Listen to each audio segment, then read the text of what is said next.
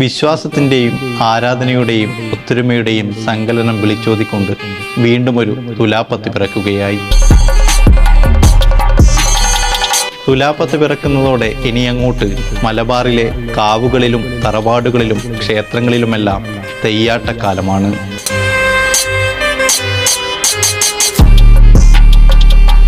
ഓറ്റംപാട്ടിൻ്റെയും ചെണ്ടമേളത്തിൻ്റെയും ശബ്ദമാണ് ഇനി അങ്ങോട്ട് നമുക്ക് കേൾക്കാൻ വേണ്ടി കഴിയുക.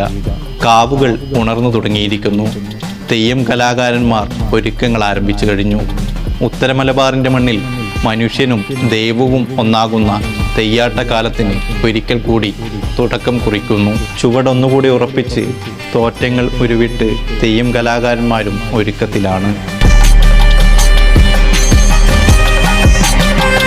സൂര്യദേവൻ ഭക്തർക്ക് എല്ലാവിധ ഐശ്വര്യങ്ങളും നൽകുന്നു എന്ന് വിശ്വസിക്കപ്പെടുന്ന 10-ാം ഉദയത്തിൽ തറവാടുകളിലും തെയ്യക്കാവുകളിലുമെല്ലാം രാവിലെ മുതൽ തെയ്യങ്ങൾ ഉറഞ്ഞാടും.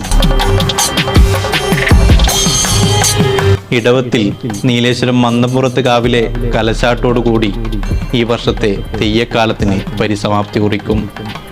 മുഴുവൻ ആളുകൾക്കും നല്ലൊരു തെയ്യക്കാലം ആശംസിക്കുന്നു.